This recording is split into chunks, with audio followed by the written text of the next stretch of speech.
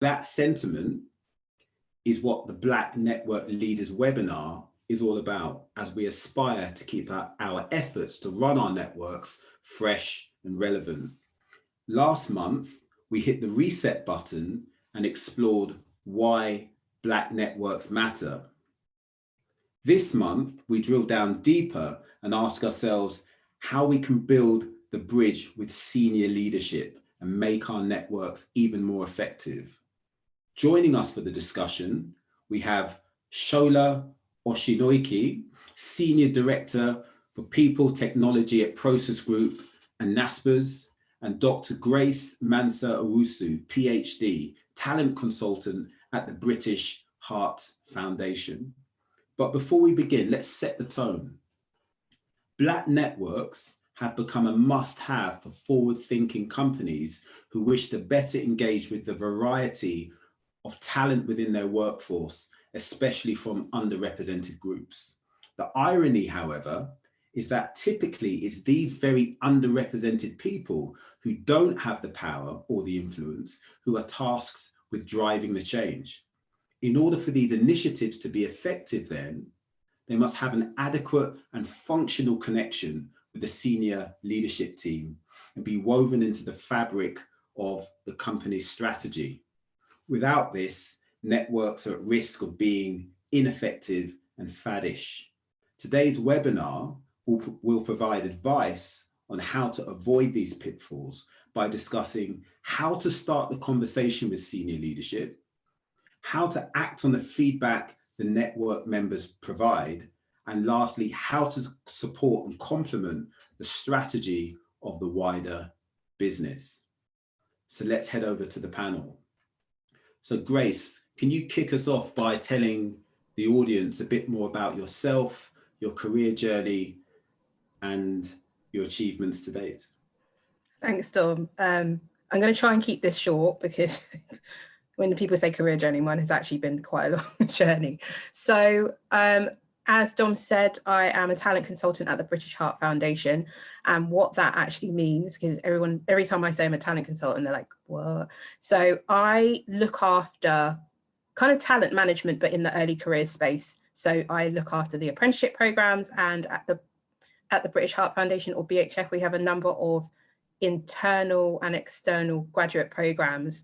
Obviously, that's been impacted quite significantly by COVID, but the main one that we run is one called Grad Unique, which is a partnership program, which we share graduates between the British Heart Foundation, or BHF, and Macmillan Cancer Support. So we both have 2 graduates each, and then after the first year, they transition back into the other opposite organisation. So that is a really strong partnership. It's been going for, I think, 5 years. I really, really enjoy working on that programme, mainly because I get to talk to people from other charities. I'm also a chartered psychologist. So, and my PhD was in business management, but my area of psychology that I specialise in is organisational psychology or business psychology. And what that is really focusing on, trying to fit people to the world of work, obviously paying attention to well-being, paying attention to training, design and delivery. So occupational psychologists work in a number of different settings, but they can find themselves in human resources departments, talent management, recruitment, consulting, etc. So that's just a little bit about me. I've also got a background in other areas. So I've worked in transport, I've worked in education and lecturing and academia, all sorts, but that's a little bit about me. Grace, that's fantastic. Thank you for taking the time to talk with us today. And Shola, over to you.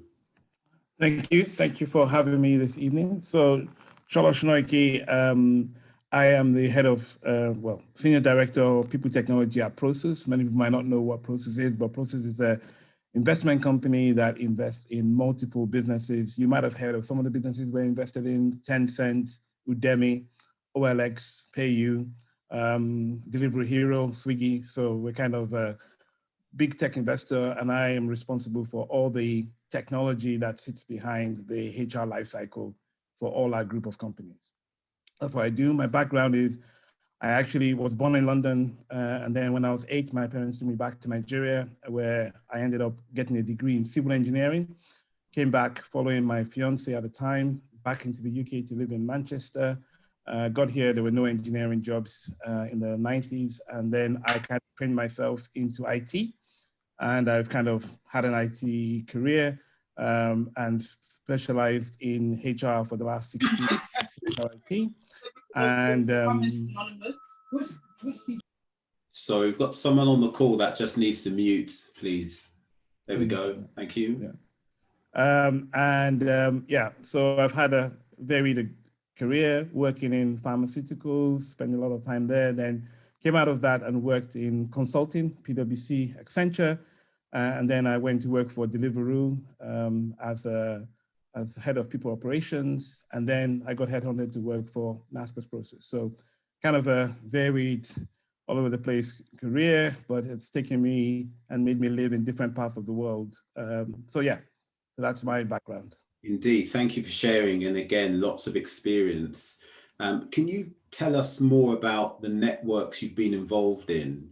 And I'm particularly keen to understand, did senior leadership reach out to you, or were you the catalyst? Did you reach out to them and say, this is what we need as a business? Great, you go first. Okay. So at the British Heart Foundation, so I've been working at the British Heart Foundation since the middle of 2019. And when I started, along with my main job, there was a diversity inclusion steering group that had started, I think, towards the beginning of 2019. So as soon as I got there, I was tasked with being on the steering group for my department. And we were talking about a number of initiatives, and employee groups was definitely on the list. It was definitely on the agenda just over a year before George Floyd anyway. And the catalyst was obviously George Floyd. When that happened, I was actually furloughed. And then I was kind of brought back a little bit earlier because I do have an expertise in an area of diversity inclusion anyway. That's what my PhD research was in, and I've always been interested in it. So I was brought back early to help with the action plan. And one of the main things that senior leadership really wanted to see was the development of these employee groups. They realized that this was the best time to do it, even though it was already in the pipeline anyway. But you know what it's like, you know, business as usual gets in the way, other priorities get in the way, but the focus was very heavily on what are we doing, how can we do it? And luckily, because it was already in the action plan and it was already signed off by senior management anyway, we already had a green light. So that's how it worked for us. Just on that point, I'm just intrigued by the steering group. There might be people on the call that don't quite understand what that is or how that was the precursor to having your network. Can you just elaborate on that, please? Yeah, it's a good question. So again, luckily, before I joined, all of that was already in place. So we have representatives from all over the organisation. As you know, the British Heart Foundation is quite a major UK charity. We have a network of over 700 shops and stores, so charity shops too. So the representatives were not just from our head office and kind of head office operations. The representatives are from retail. We've got kind of headquarters all over the UK.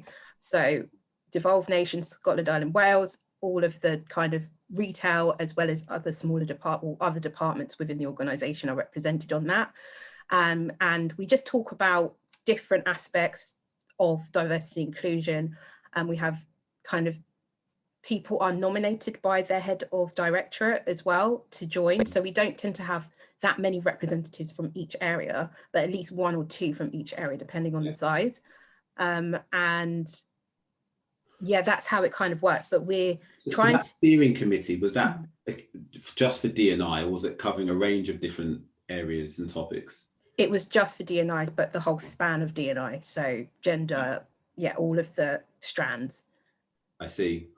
So then, as you were saying then, so the infrastructure was already in place prior, so yes, they were able to call on people to set up the necessary areas they wanted to focus on. Absolutely. And also, I do want to say that when we set up that steering group, we did get an external agency to help us to do that, because we were aware, I think at that time, that was before my time, but we were aware that we needed some like external assistance really from experts. So I don't know, if we're allowed to call out, but it's an organization called The Challenge.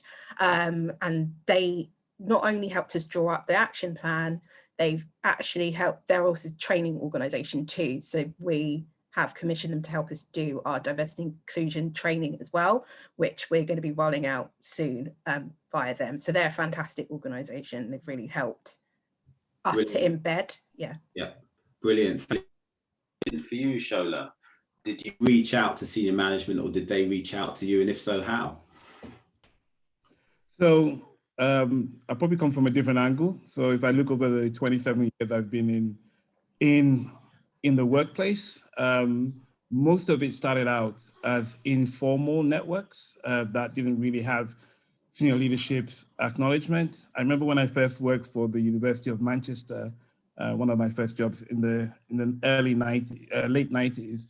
It was basically, I joined because they were doing a positive action for African and Caribbean graduates. So it was a graduate placement scheme specifically for positive action to try and bring people from the community, Black community, into the university. So kind of that was a pioneering act that University of Manchester did. And actually, unfortunately, I was the first and the last of that, right? So, and we can go into that another time. But all through my career, I've kind of been in those places where it's always been informal. I worked for Glaxo. It was an informal network of Black people, particularly of African descent. And I guess only in recent times, in the last maybe 7 years or so, the Black community have kind of been pulled under the D&I wider strategy. So when I got to Accenture, for example, Accenture already had in place a D&I strategy and a specific Black BAME approach. This is almost 15 years ago. And we kind of were given money to kind of drive things like 100 Black Men of London and pushing forward. But actually, if I come to closer dates, and then I'll touch on George Floyd, to closer dates, it's really been hidden under D&I, right? Because there's been a lot of sexual diversity being pushed, and to some degree, the Asian, Black concepts have been pushed further down the ladder. But I think what does help in setting up networks is the credibility and the tangibility that you as an individual bring when there is no network, right? So by default, like in Deliveroo, even there was no real Black network, but because you're a senior leader, people kind of gravitate towards you. Yeah. You form this informal council, and then all of a sudden you find yourself in a Slack group, and then all of a sudden it becomes a group that's valuable. Then if I fast forward to where I am today, I work in an organization, and we can talk about that a little bit later too, working in an organization where if I look at the leadership, I am probably the only Black male in senior leadership, and there's a female in South Africa who's Black. So actually you're minority. And then throughout the whole company, I think I can count them all on 2 fingers of how many Black people actually work for our organization. So that presents a different kind of challenge. And it becomes that you are now the representation of the network. You are the network. Yeah. You are the one bringing the network concept. And also for our organization that is dual headquartered out of Amsterdam and South Africa, we have a kind of reverse challenge, right? So in South Africa, if I want to hire, I'm told straight up, because of the BAME rules and the BEE rules, I can't actually hire Caucasians, right? I have to hire Blacks or Asian or Indian before I can hire a white person, right? So that's just a kind of interesting dynamic when you think about it, that actually depending on where you are in the world, and we operate in about 70 different countries, the attitude and the approach to how you set up a network depends on what you already have on the ground, right? So if I walk into an office in South Africa, not necessarily mine, but any office in South Africa, the first thing they say is, are you the IT guy? Because that's what they're used to, right? And then when you say, no, actually, I'm kind of the one leading this meeting that we're about to go into, then there's a kind of change of perspective. So really kind of, I wanted to give that broad view, and then to kind of just narrow it down to what you're saying. I think the way you get senior leadership buy-in, particularly where you're kind of a lone ranger, is by presenting yourself well and building the right networks to kind of make give yourself net worth within the senior leadership team. And it's almost like, I want another Shola kind of concept. Yeah. I want somebody else like him. And he, and that's kind of how it's worked for me. But a lot of it has been informal. I wanted to kind of give you that broad spectrum of different types. Yeah, that's really useful. And the thought which comes to mind is they're sort of fortunate to have someone who's willing to adopt that position and absorb that pressure. Was that something you naturally felt compelled to do? And what if someone is in that position and doesn't feel that way inclined? I think it's personal, right? So a lot of people some people would jump to the opportunity, and some people would freeze at the opportunity, right? I think I was formed that way because I was born in London, but when I was 8, I went back to Nigeria. So I spent all my formative years around people of my color and very confident and kind of settled in who I am. And when I came to work in the UK, there were no engineering jobs. So I went to work as a security guard. And I remember very vividly working in River Island and being tapped on the shoulder by one of my superiors and said, "You need to leave the shop floor." I was like, "Why?" He said, "Well, your face doesn't fit." And that was the turning point for me to say, okay, my face doesn't fit, but if we're looking at the work I'm doing, the work I'm doing is good. So then I kind of got to this place where I kind of built this inbuilt, let's not talk about the color of my skin, let's talk about the work I do. So I think because of that experience, I think it's really helped me wherever I've gone to be able to sort of think more about the work I do rather than the color of my skin. And I think that then helps me to say, actually, if I'm doing a good job, then you got to accept that people of my color can do a good job, right? Yeah. It's kind of almost, it's by osmosis. So that's a great message. Judge me on my competency, not my color. Yeah, and I think from that, then you then have this inner strength and drive to ensure that you're lifting other people up and you look out for them, and you try and help them. So that's kind of where it comes from for me. Sure. Thank you. And Grace, back to you. How supportive have you found senior leadership with your network? And even just saying senior leadership can maybe be a bit misleading. It's not this sort of homogenous group of people. It's made up of a specific number of people with, one or two people at the very top. So on a very sort of acute level, who's showing up? Who's making the effort? It's a good question. And I'll clear it up a little bit. So my role within D&I was to kind of set up all of the networks, as many as we can. So currently we have a Black employee network. There was already a parent at work network informally even before we set up. How many staff do you have at the British Heart Foundation, roughly? I think there's around 4,000 across the whole of the UK. That gives us a sense of context. Yeah, but they're not all paid staff because we've obviously got a massive volunteer community as well. But yeah, that's roughly how much it is. So there's a lot of staff. And so we've got other employee groups in the back burner. So my kind of role is to kind of coordinate them and make sure that they're running and people are turning up and that there aren't too many issues.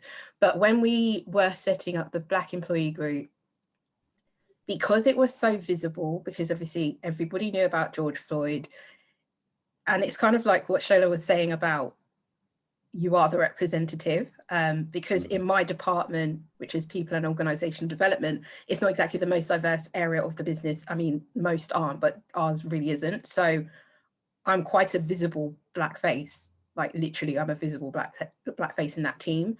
And then me having a big mouth in my interview said to my manager that I'm interested in diversity inclusion before I started. So he'd already slotted me in. Right. So literally 2 days after I'd started, I was in that steering group meeting. Okay. So in terms of how do you liaise with senior leadership, you do have to make your kind of intentions and your interests known early on. That's one way to kind of help steer things. And when it comes to how they've been, with each employee group, we're trying to get sponsors, senior team sponsors. And luckily for us, the Black employee group, the person that jumped at the chance of being the sponsor was our CEO, and she's a new CEO. So she just started the BHF, I think in January 2020, just Sure. before the pandemic. Wow, what a first year. I know, right? So she already put her hands up as soon as we set it up. So she was already interested. She knew it was a business priority and she wanted to be attached to it as soon as she could. Yeah. So again, I have to say, I'm quite lucky to have that kind of network and people that at least are willing. I'm not saying we're perfect, we're not, but at least are willing to put themselves out. It's incredibly powerful, and it naturally draws other senior leaders in. They aren't necessarily always sincere. Sometimes people turn up just to please the big boss, but at least they're there, and it might pull in other people who are sincere about it. Or if they're not initially, they go to an event, learn something, and they develop. Absolutely. And like I said, we've got the head of departments, the head of people and organisation development. She's also a massive proponent. So she's in our diversity and inclusion steering group, as is the head of HR. So, and the person who's the diversity lead is a people business partner as well. So we're quite well equipped. And on that, sort of an open question to both of you, really, how much reverse mentoring did you find yourself doing? You know, did you find yourself having to explain the difference between Black Lives Matter and All Lives Matter to people? Oh, this question is wonderful. Thank you for asking it. Because when you said reverse mentoring, I was like, no, we don't do that, but we do informally. That's basically what I've been doing. Probably quite a lot. And the reason I say probably is that I take for granted how much explaining and all of that I do. Patience. Because it's quite normal for me. And I think it's normal for a lot of minorities, ethnic minorities in the UK to have to do that throughout their whole life, depending on where they grew up. I grew up in a town in Berkshire and I lived there for my whole life. Then I went to university. I went to the University of Birmingham. Then I went to the University of Nottingham. So like red brick universities where the ethnic diversity is not great at any level. So I've had to explain myself and explain things forever. It does get exhausting, but again, I put myself in Shola's shoes as well. I put myself out there to do it, but not everybody, like you said, Dom, has the inclination or even wants to, and that's okay. What motivates you to do it? Because it is exhausting. Why do you keep doing it?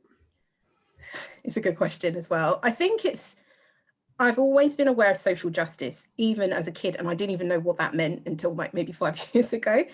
And, you know, my parents being immigrants, growing up in an immigrant household, quite isolated, I know what it looks like to be discriminated at work. I knew that early on, at school, wherever, from my parents' anecdotes. And I've always felt like this isn't right. So I've always wanted to put myself in a position where even if I can't help myself, I can help somebody else in whatever way I can. So that's definitely driven my career path, etc. Yeah, thanks for sharing that. I mean, I'm conscious of how personal sort of the answer to that question is. And in you know, for me, I find what motivates me is if I don't step up and do it and use what privileges I have, why should anybody else? And clearly doing nothing is not going to make things better. So we have to, it's a necessity. And then same question for you, Shola. I'm just intrigued to understand again how senior leadership have supported you, and you know, do they show up? And I understand you've worked for different companies in various roles. So it'd be good to get an understanding of how they've differed. And I think they've differed depending on the organization that you're in. Some people, it's not on their agenda, not because they don't want it to be on their agenda. It's just that the makeup and the population of the organization doesn't even drive them to even think about it. Whereas some organizations, because of maybe their history, they're more intentional about it, or the makeup of the workforce. But I think specifically, and not that I want to deliberately make a shout out, but if I make a specific shout out to PwC, for example, many of you can go and check their website. They have displayed, they've been the first consultancy organization to call out their BAME pay gap, and they were the first ones to call out their gender pay gap. Now, I put that out there more because the person who's leading it, the Chief People Officer at PwC UK, is passionate about this, right? She's passionate about telling the truth and getting it out there. And I think there's a question I'm picking up the question also that's in the chat to say, ensure the support is genuine. And I think her support is genuine. Like her support for me personally, genuine. So even as I was growing through my career, the 7 years I spent at PwC, her support to me as an individual, she was my mentor, was genuine. It wasn't, she could tell me truth. Like if I missed a promotion, she could tell me to my face, Shola, it's not because of the color of your skin. It's about timing. It's about, so she kind of, leveled my mindset to make me understand where I was at. And I put that out there because I think sometimes you do need that senior level champion, right? So the Chief People Officer of an organization like PwC doesn't mean that when you look at the data, it's any better, right? But it just means that there's an intention. So I think from my point of view, I think there's always been the intention, but I do feel like what we're gonna see in the coming years is more intentionality around it because of the situations like George Floyd, Black Lives Matter. And actually just the reality of the world is that these BAME minorities are growing like crazy. So the reality is that the world population is shifting anyway. So whether you want to or you don't, you're gonna have to face it. Well, the word minority only applies to in a localized context. It doesn't work on a global scale. It doesn't. And that's where the challenge is, because I think the more business becomes global, the more we're going to have to face it. So if I look at my office in Germany, I joke about it. We have 45 nationalities in my office in Germany. And we have the minorities in my office in Germany are the local Germans. Sure. Yeah. So and that's the global impact of the world, the mobility of individuals. And actually now, with us all going virtual, that's even going to increase at exponential levels. And I honestly don't think, if I was going to throw out something for people to think about, I honestly don't think the workplace is actually ready for that dynamic, right? We kind of got ready for COVID, we got ready, but we're not really ready for the seismic shift of how, the tables are just gonna turn very, very quickly, so. Sure, thank you. We've had some really good questions coming in on the chat. Jane, it'd be great if you could ask your question personally yourself. Are you there, Jane? If not, I will ask it for you. No? Okay, so Jane said, how can I ensure the support is genuine from senior leadership as opposed to them doing it because they have to? I know you touched on it, Shola. Grace, what are your thoughts? It's a really hard question because the last year has shown a lot around performative allyship. And I do think, and performative allyship is basically what Dom said around doing things because you have to, doing things because you think it will give you clout, doing things for likes, if you're on social media. I do think there is a lot of performativism in the workplace, but you can usually tell if it's sincere, like, were they talking about it 2 years ago?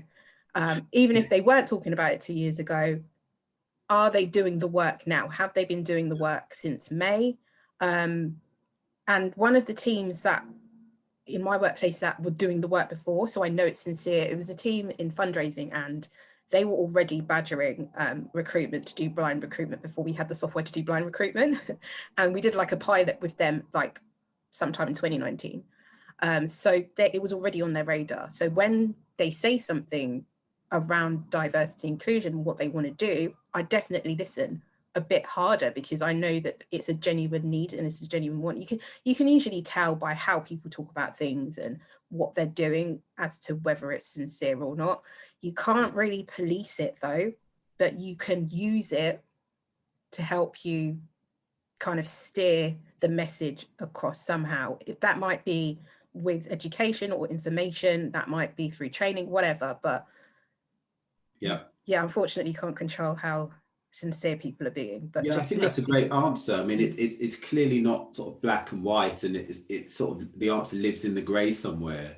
And sometimes it's a gut instinct about a certain person, or sometimes potentially it's the actions a company does. I often ask myself, is that tokenistic, or is that a long-term structural change that you're making to support the sustainability of what we're trying to achieve here?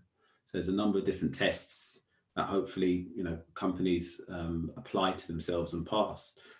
Right, let's talk about feedback from network members. So I sometimes think companies maybe create a rod for their own back, because they want this shiny network that they can promote and tell everybody about. But as and when they get it, what they have now is a body of people who come together and say, yeah, I'm experiencing that problem as well, and I'm experiencing that problem. So then feedback rises through the network to the network leader. The network leader has to do something with this feedback now. Who do they go to? Is it HR? Is it the CEO? Is it someone else in the C-suite? How responsive are those individuals being to the needs of the network? So I'm really keen to get your thoughts on that, Grace and Shola. Have you had much successes with this? Shola, let's start with you.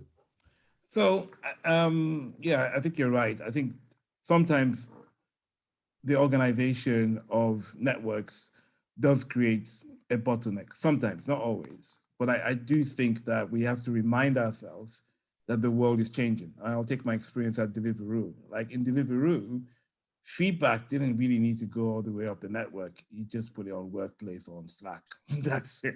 It's right. This is my personal experience. This is how I'm experiencing it. I put it out there. Do what you want to do with it. So actually, HR was scrambling to kind of, because, you know, millennial generation, more outwardly spoken, don't wait for structures and systems. Yeah. I mean, Agreed Delivery was a startup, so you do have a completely different culture. And I would say that that's kind of the culture of the next 5 years, right? Because it's really instant feedback. I'm not going to wait for due process. I mean, I remember people going on Slack and saying, well, you might want to take this to HR. It's like, no, I put it out there, let HR come to me. So, you know, and if you don't come to me, then I will take the door. I will actually take the door rather than wait for you to take the door. So I think there's something in there where I think it depends on the organization, right? So if the organization puts itself out there to say, give us feedback generally, right? Yeah. So if that's the kind of organization you are, which Deliveroo was, like, hey, let's not waste stand-on ceremony, whether you're not happy with the engagement survey, or you're not happy with this, you're not happy with your salary, like feedback, like just give us feedback. So I think that way you automatically suck in feedback, and then it's up to the HR department and the diversity lead to kind of see how they're gonna manage that properly. Yeah. In organizations where it's more anonymous or more rolled up and the organizations are bigger, then you really have to have this partnership, right? So I'm going to speak on both sides of the fence, and probably Grace will help me balance it. But if you think about it from a C-suite executive organization, sometimes actually people want to do the right thing. It's just hard, right? Yeah. So I can talk specifically about Black issues, or I can talk about, let's take paternity policy, right? Paternity policy is something that it's gender neutral. I mean, not gender, it's ethnic neutral, right? But even to do that, even though you sit in a board meeting, you know, this is the right thing to do, but we just don't have the money to do it. We don't have the capability, and we don't have the, and I think that sometimes applies to even things that relate to Black issues. Or policy can be well-meaning, but in application, there's so many nuances. It's hard to cater for everybody. And I think what I have learned in that is to remind ourselves that there is a formal channel and the informal channel, right? Yeah. So a lot of what is happening in the Black network in PwC actually today started out as an informal channel, where they already had about 500 people on a kind of Telegram group So when the organization came to them and said, do you know how we can contact the Black people within the organization? Like, there you go, right? Yeah. So I would encourage that let's not get frustrated with the formal approach and use the informal approach as much as possible to also begin to progress our intentions, right? Because there's no silver bullet, right? I've been in this space for a long time. There is no silver bullet. Even if you have the best intentions, the best budget, at the end of the day, business is business. And sometimes business will shift priorities because of something that happens. So Sure. that's helpful. Yeah, very helpful. And Grace, same question for you, really. Feedback, I'm assuming, must find its way to you. What do you do with it? How do you respond? It's a good question, because generally in my role, I get a lot of feedback anyway. So it's kind of the same on the bigger scale. So before we actually set up the Black Employee Network, what we did, and this is probably because the D&I lead is doing a PhD, so he's got his research head on, was a series of listening groups. So we invited Black colleagues in to talk about whatever they wanted to talk about. We collated all the information. So we had 3, one ran in June, one ran in July, one ran in August.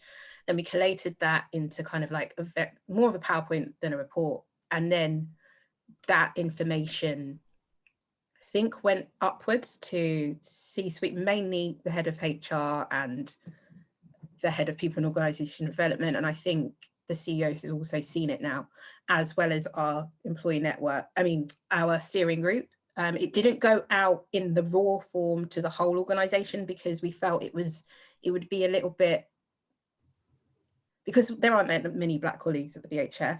Yeah. It's a bit exposing, like in and of itself. So we developed more softer comms or different types of comms for the wider organization. So in terms of what we've done with it, a lot of the information that was in it was already on our minds anyway. So we have subsequently kind of updated a D&I action plan that we were doing anyway, which I think we finalized in August, which went to our kind of senior team in August. So they've seen it. So there's like initiatives based off of the information from that group and just in general that we were going to do. Yeah, I think that's a brilliant point. And same to you, Shola. I think whether you realize it or not, sort of in and amongst the answers you've given, what you're also saying is there's a distinction between someone coming to you and saying, I really don't like this, and you aggregating feedback and presenting it in a way where you're identifying a trend which needs to be dealt with on a high level. And that's not me downplaying someone's individual lived experience. But there's a different channel for that, which maybe you can support in terms of discussing it with that individual and helping them go to HR. But it seems like the role of a Black network leader is more systemic than necessarily being an agony aunt as such. Yeah, absolutely. Correct.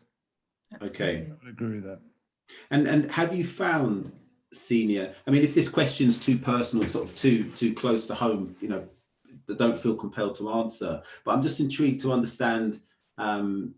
Have senior leadership always been supportive?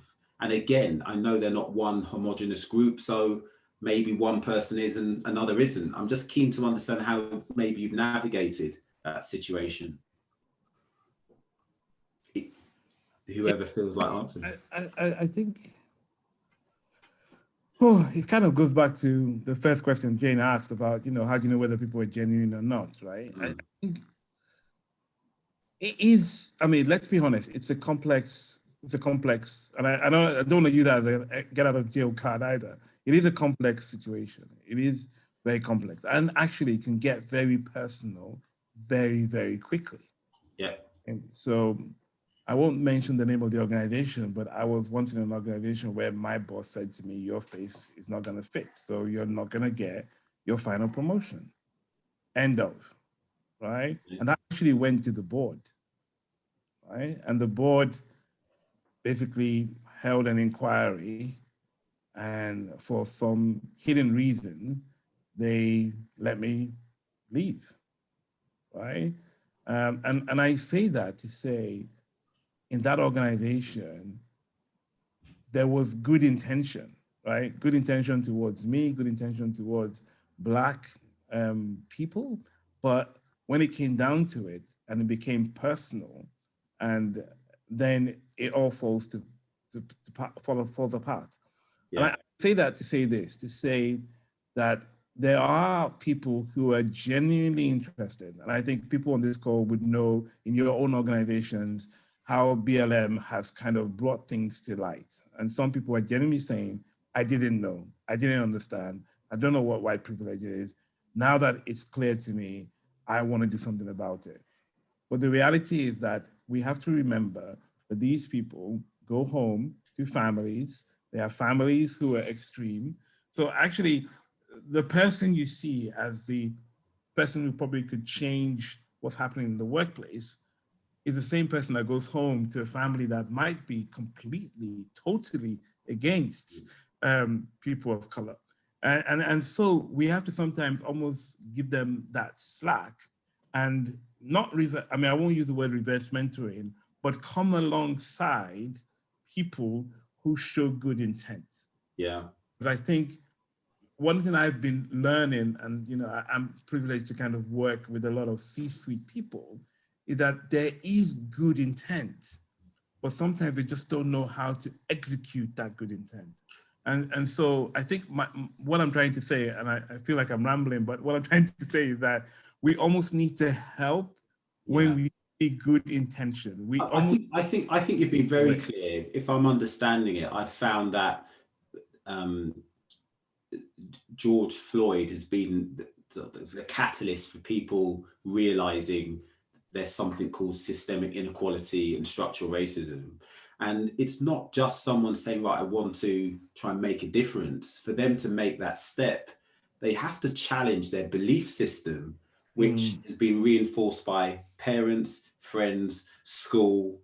And if they're 40 years old, that's 40 years of thinking a certain way. You do have to sit down and suddenly ask yourself, what else isn't true? What else might not be not what it seems? And then I suppose people like yourself then become the mentor to help them understand it on the premise we have the information to help them bridge that gap. And we always don't. It's not every time that we have the information to do it, right? Yeah. Because I mean, Grace, what's your thoughts on that? I've just been thinking about what you've been saying, and I have a slightly different view, and my view is more like I think Black people have been in a position as the underdogs per se, if I'm going to be honest, for hundreds of years, right? So it's all well and good. Yes, we need to meet people where we are, which is essentially what you're saying. At the same time, I do feel like it can become a cop-out if people are consistently using that as an excuse. Because they might live in a nice world where they don't have any exposure to racial inequality. But we live in 2021. There's documentaries, there's podcasts, like I've put resources together for people. And unfortunately, a lot of Black people, people of color, whatever, don't have the privilege to switch that off. It's part of their everyday life. So some people can do it, but that's disassociation.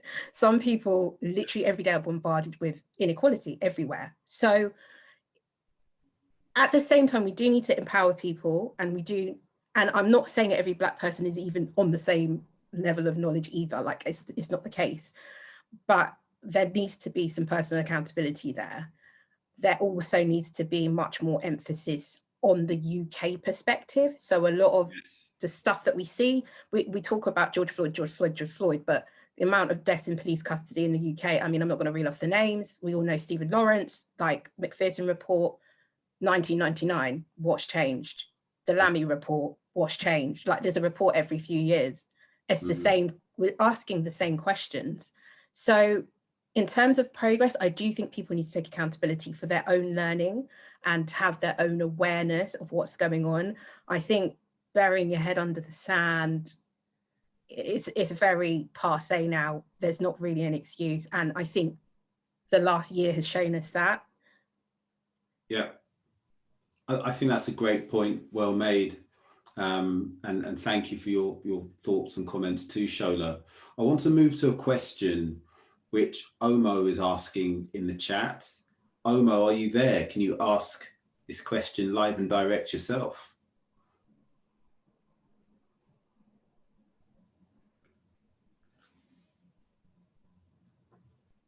No? There's lots of suspense now. Okay. Omo, you might need to unmute. Maybe they're not there. Okay, let's move on to another question then. So there's a danger with Black networks that they just become social groups. Every so often, an event's put together, people come together, drink some wine, maybe back when meeting in person was a thing, and then they go home. And then after 2 or 3 years, it turns out nothing's really been achieved as such. So how do you develop a strategy for a network? And then secondly, how can you ensure that strategy is tied into the company's strategy so you can be certain you're adding value? Shola, why don't you kick us off on that one? Wow. Okay. So I do want to say though that I think globalization is helping us, right? Globalization is saying that diversity is not something you put in a cupboard in a policy anymore. It's the reality of your marketplace. So I think that is coming to life a little bit.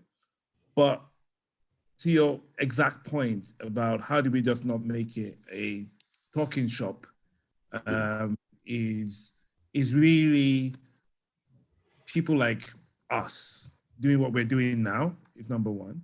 Number two is the mentoring, the coaching, the empowering, the educating, there's so many things that I didn't know in my career 27 years ago, that if I had known it, I wouldn't be where I am now. And I'm in a good place, but because I didn't know these things, I could say almost all through my career, my boss has always been younger than me. And that's because I'm behind the curve, right? For whatever reason, right? I'm just behind the curve. I didn't know that actually pivoting early would result in me being able to climb faster. I didn't know. I had this kind of sense of African mindset of loyalty. So you don't jump and you don't pursue, you don't, you know. You just put your head down and don't disturb anyone. Yeah, just get on with your job and hopefully somebody would recognize you, right? And then what I realized, I mean, I'll tell you one story and then I'll give Grace the floor. I'll tell you one story. I remember very vividly walking into a particular organization I worked with, went straight to my boss's office and I said, I just looked at the pay scales and I was thinking, hey, I've been brought in at the max of the pay scale. So I'm asking him, so how do I progress? And that's been my side. That's what I've been taught. Like now you think differently. Like when you join an organization, you don't just say, I'm here to kind of mark the register. I'm here to say, okay, how do I progress in this organization? I want to know from day one. So, and he looked at me and he said, people like you, 5 years before you get promoted. And that was it. I was thinking, hey, that's not going to happen to me. Yeah. That is definitely not going to happen to me. And I can say within a year and a half, I was promoted. And actually in that organization, I was promoted 4 times before I left it. But that was because I had been educated to not go into an organization and lay low. Somebody taught me, a Black friend of mine, kind of a mentor, taught me to say, when you go in, you go for what you want. Like whether you're in the security business, whether you're in a coding business, you ask the question, what is the pathway to my next progression? Just ask the question and then do the work. And I think that's one thing we can do so that it's not, but that's come out of mentoring and coaching and encouraging and inspiring. Right. That makes perfect sense. So within that, it's if you're running a network, then a key aspect of the strategy could be improving representation, and then there'll be a number of things that the network is doing in order to support that, or to identify the talent pipeline and ensure they get the necessary time and attention to be contenders as and when opportunities arise. Yeah. And same for you, Grace. What are your thoughts on how a network can develop a strategy and ensure that strategy complements the wider company? Again, I'm going to be a little bit controversial and turn your question on its head. Let's do it. When you asked the question first, I was like, oh, do you know what? Sometimes Black people just need to rest. Like, it's not every day strategy. It's not every day. Let's see. And a Black network is not a diversity inclusion steering group. They're not experts. They're not HR. They're just Black people that come to work every day who want to do their job. So the onus should not be on the Black network to create the strategy. The strategy should already be created, or you get experts in to work with the employee networks to create the strategy. It is not the job of any Black person in the organization to do it. And the reason why I'm saying it is because since George Floyd, I know I work with so many, obviously I've got Black friends who work in lots of different organizations where diversity is questionable, and they've been asked by the CEO, what should we, we need a statement, can you help us? And my friends are like, I work in marketing, so that's not my job. Qualification for this is just being Black and being there. Absolutely. And the assumption is that they have all the answers to all the questions, but they don't. They're just coming to work to do their job. So, and there's also, anecdotally, I've heard that there's a lack of, it's like they see diversity inclusion as something that can just develop by itself, that you don't need a consultancy, you don't need experts, anyone could do it. And I think that's a definite issue, because again, I've spoken to people who said to me, oh, do you know how we can do training? And I said, well, these are the consultancies that I know, these are the people that do the work. And they turn around to me and say, well, no, my company's not going to pay for that. Yeah, I think that's such a good point. And what I would add on is sometimes organizations make the mistake of thinking a D&I policy is just getting a Black person who works in the business to talk about how tough their life has been. So everyone goes, well, wow, that's interesting, and somehow apparently is enlightened by that. That's a very different experience, like you've just said, so I'm repeating your point, to hiring a diversity and inclusion specialist who comes in with years of working with other businesses, analyzes this business, and tailors a program that is specific and actionable for the task at hand. Yeah, and you don't even need one person, something depending on the size, you need a team, because one person is not enough. I mean, I know that personally because I'm doing the work, but like, it's so difficult. It's like any other specialism. You're not going to have one marketer in an organization that's got 5,000 people, and it doesn't make any sense. You can have a team. So you have to use the same level of strategy for diversity inclusion, because you need to embed it everywhere. Otherwise, it doesn't just happen. Yeah. Very good point. Okay, we've got a few more questions coming in. I'm very conscious of the time. We're going to wrap up by 7:10.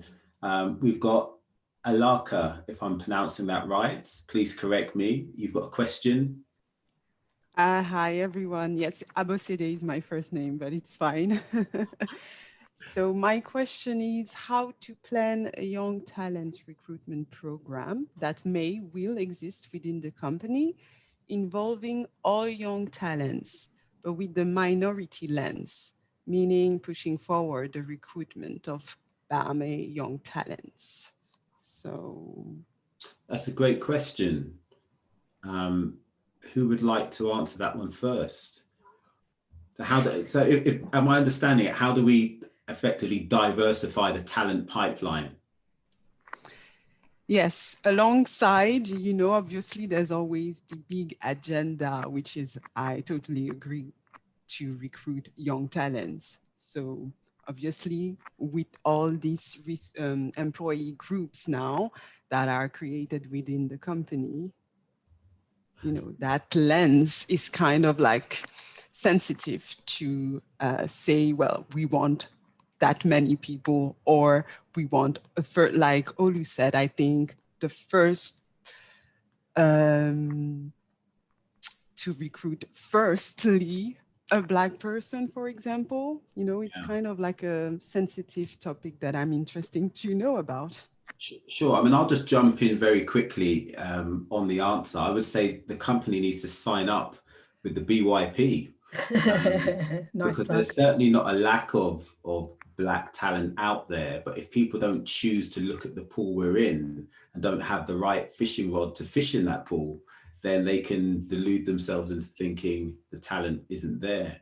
But over to you, Grace and Shola, what thoughts come to mind? It's kind of part of my current role. Early career talent management is what I do, but it's an interesting question. First of all, the organization needs to actually have the structure and the kind of things in place to help those young people that you're bringing in, because it can be very daunting to be a young person coming into any organization that doesn't represent. Like, I think for my generation, for Shola's generation, I think I was prepared for that. Like, that was my life. So it wasn't daunting necessarily. I was just used to it. But now we're getting a generation of people who have been brought up in multicultural areas, and they are multicultural. So being faced with that kind of stark difference can be very, very off-putting, and it can be really stressful. So you have to have the systems in place to help those people to be able to actually do their best work. Otherwise, so the issue is not just recruitment, it's the retention piece. So a lot of people are recruited onto like BAME diversity initiatives. So I actually was on a diversity internship years ago that Pearson have been doing since like 2004. But in terms of talent pipeline, I don't know how many people they actually take from there to put in permanent roles. Shola spoke about that at Manchester University, and I'd love to hear the story as to why there was only one intake. But it's all well and good having an early career pipeline, but there has to be systems in place to keep them there. And they also can't just be one of, you can't have a token, because then you're not changing anything. I fully agree with that. And if the company is a pyramid, yes, you need to fill the bottom, but there's nothing stopping you from filling from the top. Absolutely. Either. In fact, it's the people at the top that act as beacons for the people at the bottom. One quick point I just wanted to add, I think sometimes companies fool themselves with the type of hire they get. Crudely speaking, you've got trailblazers who are more than happy to be the one underrepresented person in a group, who then through their activity acts as a beacon for other people coming through. But if you hire a non-trailblazer, chances are you're going to have that rolling retention issue. So the skill of the exercise is to get the trailblazer, get a few other non-trailblazers in there, and you start to build up a critical mass. Absolutely. Which then gives other people who don't like being a minority the confidence to come in and stay ultimately. Shola, any thoughts from you? Really conscious on time. So what are you thinking? No. I mean, I could go left on that one and say, I love it. That's why Grace and I are doing this together. So we bring different perspectives. I think that, so I agree that, organizations need to get themselves ready, but a person that looks at probably 300 CVs a year, personally, even though I'm not in a recruitment role, but I look at 300 CVs a year or so, I also think we need to coach and encourage people on CV writing, interview skills. I mean, I Grace is laughing, but like I'm coming from the other side, I think we just need to help people do this, because if they don't, I mean, I was mentoring somebody yesterday, he's got 13 years of experience working in a bank, and he's going to sell himself short. I said, you can't sell yourself short. You got to think about it. You have 13 years experience working in this bank, and now you're being made redundant. You don't go out there as if you're starting afresh. You need to get confidence in who you are, boldness in who you are, and push forward. So I think there's something in that for me where I think there's an element of, let's also, that's why I loved what I did with 100 Black Men of London, because we were going into schools and helping people write CVs and doing interview training and doing all those kind of things. And I think I would always come from, let's try and help people do the right thing. And then I think it's a great Yeah. point. If Yeah. I sort of summarize sort of both of them together, I think on one side we're saying, let's be the best possible candidates we can be. There's Yeah. so much talent within the Black community. How proactive are we being to upskill and ensure we're the best version of ourselves when we step up to the plate for a job? And that's why the BYP is so good. You know, we've got the resource, the connections to all these resources. But then on the other hand, it's when we do step up for that job and we are the best version of ourselves, are we going to be evaluated on our competency or our color, like you were saying before? And how can we then challenge some of those inhibitors at the talent acquisition side of things? I just wanted to add the reason why I had a little chuckle when you said CVs is that I have many side jobs, but one of my jobs is I'm a CV writer and career coach. So that's what I do in a paid capacity as well. So I've seen it so many times with people are just like, where's the rest of it? Like you haven't said anything that you've done. So yeah, I see both sides. Great. So there's another question here that we can just squeeze in from Nechi. Nechi, if I'm pronouncing that right, apologies if not, please correct me. No, Dom, it's Sinkechi. Nkechi, okay. Yeah, thank you. Please ask So you. my question was, what we're hearing, Olu, specifically, this is probably for you. We're hearing a lot of senior leaders say in our organization that in order to be promoted or upskilled, you have to put yourself forward. After all, they did the same, and that's how they were seen, if you like. So after all, the onus is on BAME talent really to do the same. So do you think that BAME talent essentially faces more challenges when it comes to career progression than other colleagues? And that for me is a quite a poignant point, because that kind of, it brings it back to the individual, doesn't it? And it puts the onus on you and removes that relationship and the accountability, from senior leadership. And I don't know if I'm comfortable with that. Yeah. And it's gonna take a while for that to change, if I'm honest with you. But you're right. There is a kind of loaded it on you to kind of make your way to the top. That's kind of the way it is. But that's not true for all organizations, actually. Some organizations are quite different. Like they kind of coach you on how you can progress. They educate you on how you can progress. And it's not true for every company. And then some companies, you just have to understand how it works. I mean, actually, educating yourself on how an organization works is the best thing you can do for yourself. But I do agree that it feels unfair that it kind of boils down to personal accountability in a dominion or in an environment where you're not used to that approach. Yeah. And I used to say to people, and I know it's not true, but I used to say to people, it's very, very good for you to go and spend some time working in a company like Accenture, because Accenture just teaches you to push yourself forward. Like it doesn't matter. I mean, I don't want to say it doesn't matter the color of your skin, but to some degree, the system is the system.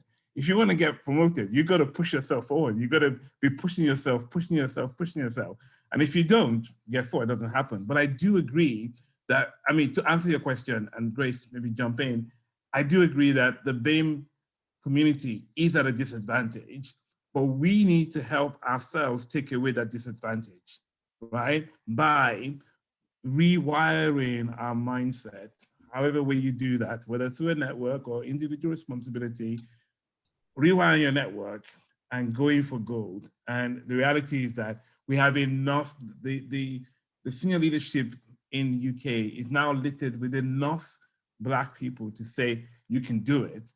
You just have to put your hearts to it. Now, the proportionality is still not good enough at all, but we know that it can be done. And that's what we need to kind of encourage people to do. Grace, what do you want to add? Pretty much the same as you. I think networks like the BYP, I run an organization called the Black Business Psychology Network for Black people who are studying organizational psychology who want to. I'm also part of another organization called the BIP Network, which is for people who are interested in careers in psychiatry or psychology and are from a BAME background. So that's just 3, and there's like hundreds more that are springing up all over the UK and all over the world. So connecting with those organisations, they're there for those reasons, to help upskill, to give advice that you're not going to get from any other place. Like, you're right in the sense that it is definitely hard. The facts speak for themselves. I mean, there's so many articles and reports that say what the picture is like for Black people in the UK. It's not great. But at the same time, there are ways that you can kind of pull yourself up. And you don't always have to pull yourself up. There are other people that can help you. And this is exactly what the BYP is for. That's what a lot of the networks do. There's money there. There's so much expertise, and I'm lucky to have always kind of been surrounded by successful Black people, not just in my family, but friends and contacts that I've made. I've gone out there and actually made them face to face. They haven't fallen in my lap at all. There's been a lot of LinkedIn stalking, and there's been also a lot of like being introduced to Dom, which was through a colleague who was introduced to somebody at his organization. So really finding the people wherever you can, and just talking to people and just trying to find out where they are, where they're at, where they've been, and seeing if that kind of sorts with you. And it's not always about using people or using people for what you need. It's actually just developing relationships with people, and that's invaluable. I think, sorry, Dom, I'll just add one thing, and that is LinkedIn is your friend, right? LinkedIn is your friend. It's Absolutely. a friend, and I've prepped so many people on an interview that I've never met before. Ping me, I have an interview tomorrow. I see you at PwC before. Would you please kind of tell me what I need to do? And, you know, the success rate is quite high of we just randomly pinging. I think that's just one network. I'm sure there are many others. It's a wonderful point to end on, because, you know, just alluding back to what you said, Grace, yes, we met through 2 other people who knew each other, but you and I took the initiative to continue that relationship. And for you and I, Shola, there's this amazing person called Magnus who's taken it upon himself to form a collection of senior people and just have a conversation on a cyclical basis. And through that group, you and I know each other now. So it's in both instances, it's about making the efforts, putting yourself out there and having the confidence to meet new people, ask new questions, and see where it takes you. It's a great point to finish on. Can we just get one nugget from each of you? If you had to choose your highlight point for this evening in terms of what people need to hear in terms of ensuring they have a good relationship with senior leadership, what would it be? Why don't you start, Shola, and Grace, you can close. I think for me, it's kind of, I'm just going to run over the last point we made. Let us network. Let us build personal networks. Let us leverage networks and use the networks as stepping stones to what we desire. Thank you very much. And Grace? Kind of, I don't want to say it's the same as Shola's, but it's more like kind of form allies, make friends, just make friends. And a friend, literally, I did a thing, like every time I start a job, I tend to make friends as a security guard and a cleaner, at least one. And they're the best allies that you'll ever have. Once you're in with the security guard, IT and the cleaners, you're right. So just talk to anyone, talk to everybody, and, you know, just, you might get rejected, but you'll probably make more friends and make more allies and connections than you make enemies. That's a great point. Thank you, Shola. Thank you, Grace, for taking the time to share your wisdom with us today. I've personally learned so much, and I'm looking at the chat room here, and there's lots of people who are very grateful also for the wisdom that you've shared. I'm more than happy for people to reach out to me on LinkedIn if there's anything they would like to ask me or to elaborate on. I'm assuming that's the same for Shola and Grace as well. Just be conscious, we're all busy people. So if we don't come back to you immediately, it's not because we won't or don't want to. Otherwise, thank you for listening. Stay safe, and we'll see you next month for a brand new topic. See you.